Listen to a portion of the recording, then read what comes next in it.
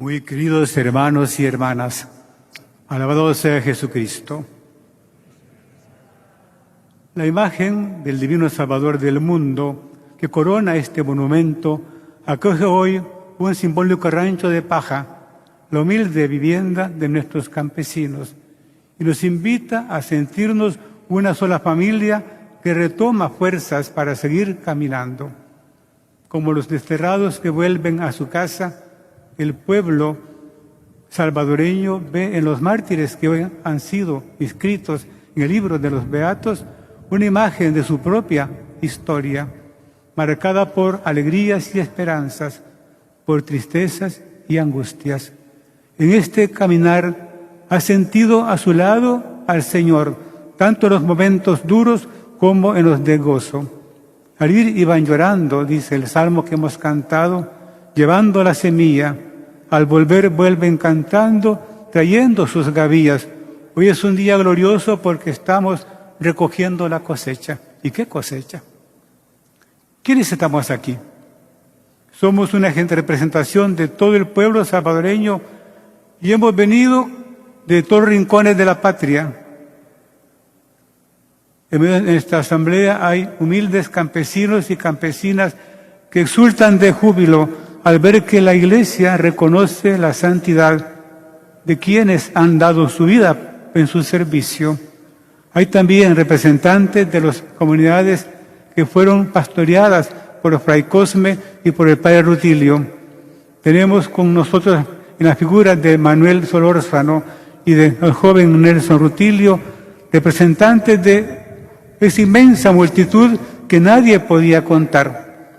Es decir, de los innumerables mártires anónimos que forman parte de este número simbólico de los 75.000 muertos que hemos llorado a lo largo de la lucha fratricida que nos desangró durante 12 años y que terminó felizmente cuando las partes enfrentadas firmaron los acuerdos de paz.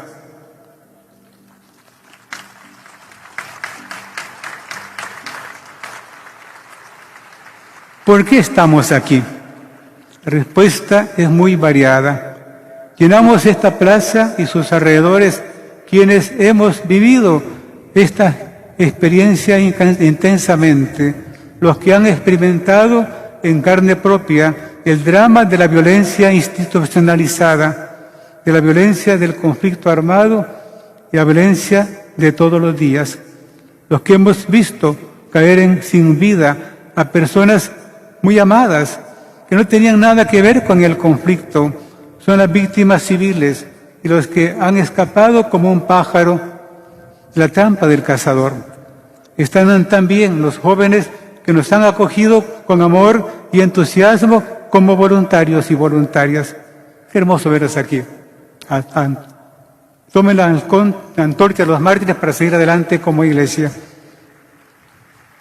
Y fuera de este escenario grandioso, a lo largo y ancho del país y del mundo, tantos hermanos y hermanas a los que saludamos con emoción desde el único país del mundo que lleva el nombre de Jesucristo.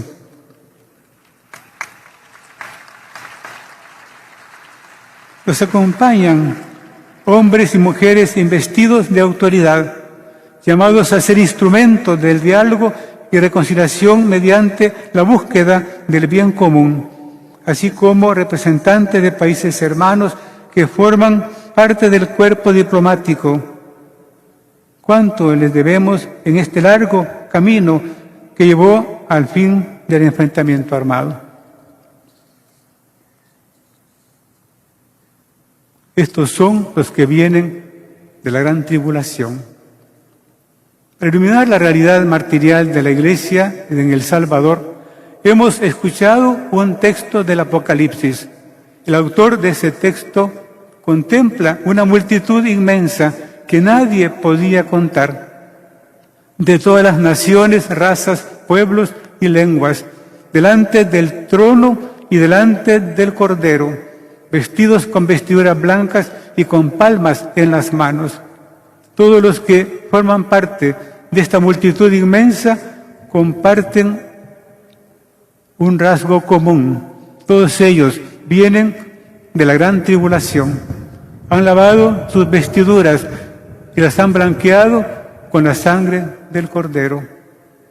De los 4 mártires del Salvador que acaban de ser beatificados, también se puede decir lo que afirma Juan en el capítulo 7 del Apocalipsis, que vienen de la gran tribulación y que han lavado sus vestiduras y las han blanqueado con la sangre del Cordero.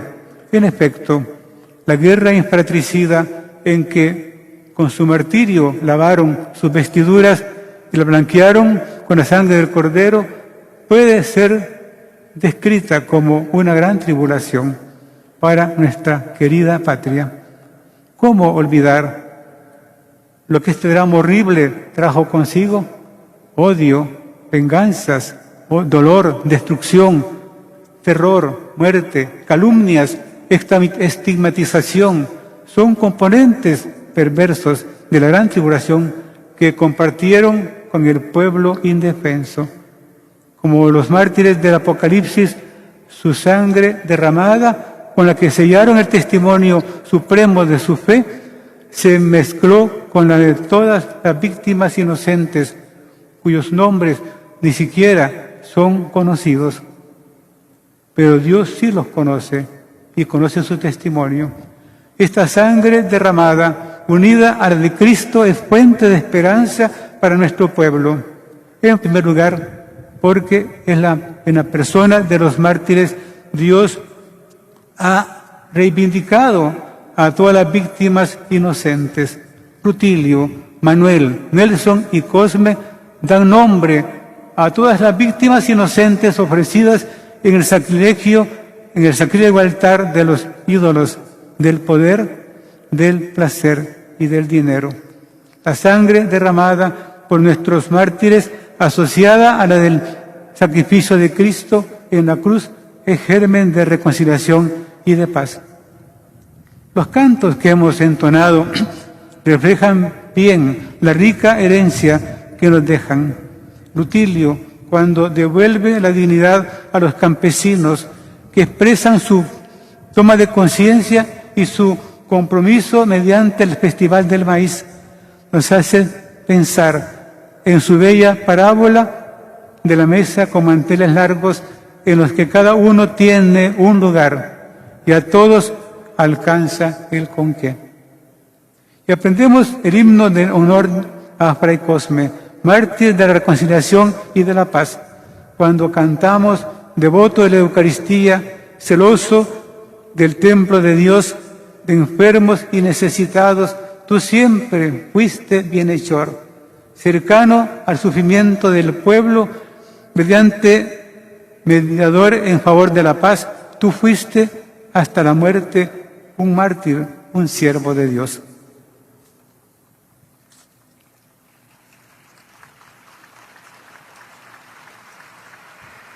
La gran tribulación no vino solo por las muertes violentas, sino también por los estigmas que marcaron injustamente a la mayoría de las víctimas.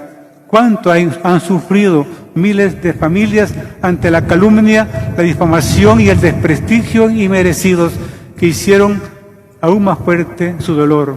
La lengua, dice la palabra de Dios, puede servir para alabar a Dios y puede también volverse homicida.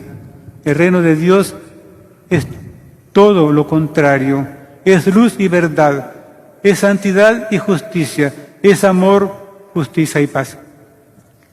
Los mártires que hoy veneramos eso fue lo que hicieron. Continuar la obra de Jesús, anunciando el reino y haciéndolo presente durante 30 años de humilde pastoreo, como lo hizo Fray Cosme Espesoto, o en el ministerio del Padre Rutilio, tanto en sus labores de formador de sacerdotes como en el contacto con la dura realidad de los campesinos y marginados que fueron descubriendo a la luz del Evangelio lo que San Pablo VI, en su visita a Colombia para inaugurar los trabajos del encuentro de obispos de Medellín, llamó la miseria no merecida. previniendo contra la tentación de la violencia que produce los estallidos de la desesperación. Cada uno realizó su misión con características muy originales. Es un testimonio que no podemos olvidar. Somos una iglesia martirial, pero estamos bastante pasivos. No tenemos plena conciencia del tesoro que llevamos en vasijas de barro. Vale para nosotros lo que dijo el Papa Francisco en Nairobi, Uganda, en el año 2015. Pidan la gracia de la memoria. Con la sangre de los católicos ugandeses está mezclada la sangre de los mártires. No pierdan la memoria de esa semilla para que así sigan creciendo. Pido al Señor que esta celebración nos despierte y nos ponga en camino. La memoria nos llevará a la fidelidad, es decir, al camino de la santidad. Pero memoria y fidelidad solo son posibles con la oración. La primera urgencia es, por tanto,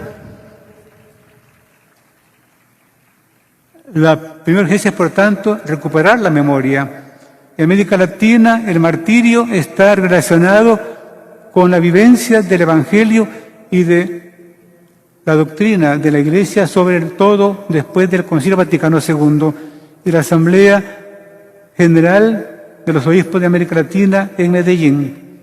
Un ejemplo evidente es Rutilio Grande, que después de seguir en Ecuador el curso del IPLA, Instituto Pastoral Latinoamericano, y de haber compartido la experiencia de trabajo con campesinos e indígenas de la diócesis de Riobamba en tiempos del Monseñor Leonidas Proaño, volvió a nuestro país con una clara e inequívoca opción por los pobres. Él fue quien encabezó la lista de nuestros mártires. Le siguieron 20 sacerdotes, 2 religiosas y una misionera estadounidenses, y cientos de mártires anónimos. El más ilustre de los pastores es, por supuesto, Monseñor Romero, pero no podemos dejar de mencionar a otro obispo,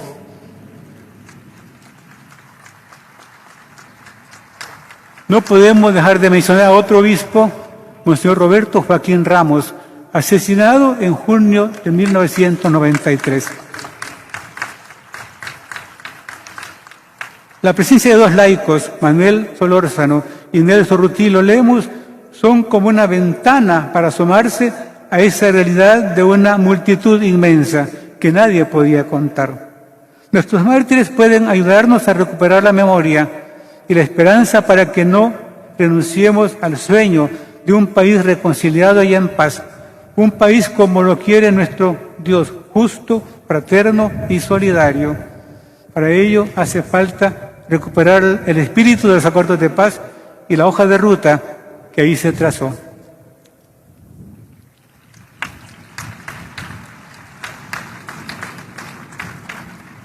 Mueren perdonando.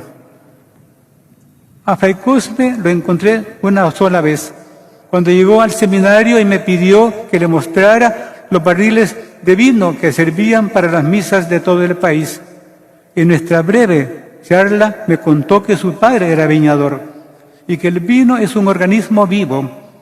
Para ilustrarlo, me recordó las palabras de Jesús: a vino nuevo, odres nuevos. ¿Quién iba a pensar que un sábado 14 de junio de 1980, el mismo año de la muerte violenta de Monseñor Romero y de las 4 mujeres estadounidenses, de religiosas y una misionera seglar, su sangre se uniría a la de Jesucristo, el testigo fiel?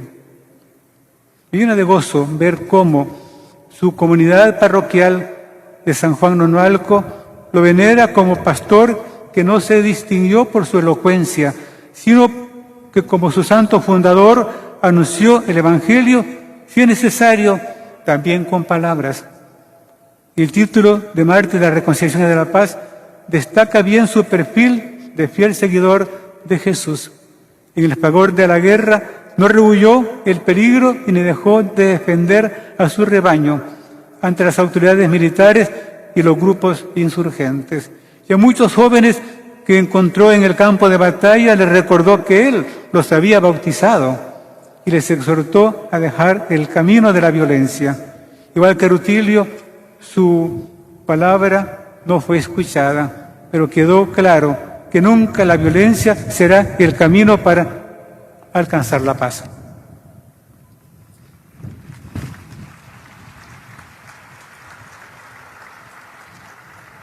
La misma idea expresó Monseñor Romero en la misa exequial de nuestros mártires de Aguilares y el Paisnal. Dijo nuestro pastor: el amor verdadero es el que trae a Rutilio Grande en su muerte con 2 campesinos de la mano. Así ama la Iglesia, muere con ellos y con ellos se presenta a la trascendencia del cielo. Los ama y es significativo que mientras el Padre Grande caminaba para su pueblo a llevar el mensaje de la misa y de la salvación, ahí fue donde cayó acribillado. Un sacerdote con sus campesinos, camino a su pueblo para identificarse con ellos, para vivir con ellos. No una inspiración revolucionaria, sino una inspiración de amor, y precisamente porque es amor lo que nos inspira, hermanos. Y añadió, refiriéndose a los asesinos: ¿quién sabe si las manos criminales que cayeron ya en la excomunión están escuchando en un radio allá en su escondrijo, en su conciencia, esta palabra? Queremos decirles, hermanos criminales, que los amamos y que le pedimos a Dios el arrepentimiento para sus corazones, porque la Iglesia no es capaz de odiar, no tiene enemigos, solamente son enemigos.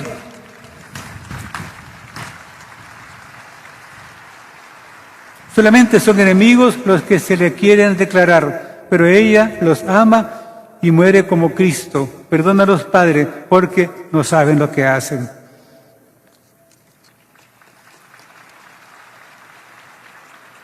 Fray Cosme nos dio la misma lección cuando en su breve testamento que pidió abrir en caso de una muerte inesperada, el sobre que contenía el texto que todos conocemos y que leo en esta tarde con inmensa emoción. Presiento que de un momento a otro personas fanáticas me pueden quitar la vida. Pido al Señor que al momento oportuno me dé la fortaleza para defender los derechos de Cristo y de la Iglesia.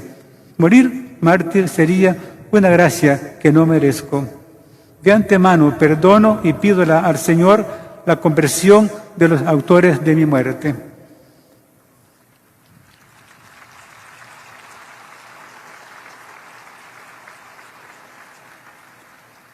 Nuestros mártires pueden ayudarnos a recuperar la memoria y la esperanza para que no renunciemos al sueño de un país reconciliado y en paz. Un país como lo quiere nuestro Dios justo, fraterno y solidario. Para ello hace falta recuperar el espíritu de los acuerdos de paz y la hoja de ruta que ahí se trazó. El Papa Francisco lo expresa de distintas maneras. Habla de una iglesia que vive la dulce alegría de evangelizar. Una iglesia en salida, una iglesia que sale a la calle corriendo el riesgo de tener un accidente, una iglesia hospital de campaña, una iglesia que muestra el rostro de Dios cercano, tierno y misericordioso, una iglesia que haga presente el reino de Dios, una iglesia donde todos se sientan en casa, una iglesia pobre para los pobres, una iglesia en la que todos caminemos juntos en búsqueda de la esperanza y el reino de Dios. Una iglesia que debe ponerse en camino en la perspectiva del próximo sínodo. Una iglesia en la que todos buscamos la misma meta y caminamos en la misma dirección, en plena comunión con Dios, con nuestros hermanos y con la historia de nuestros pueblos. Sigamos caminando como hijos e hijas de una iglesia que nos invita a no detenernos nunca. La Virgen de la Paz nos enseña el camino para llegar a Jesucristo, el único Salvador del mundo, camino, verdad y vida. Alabado sea Jesucristo.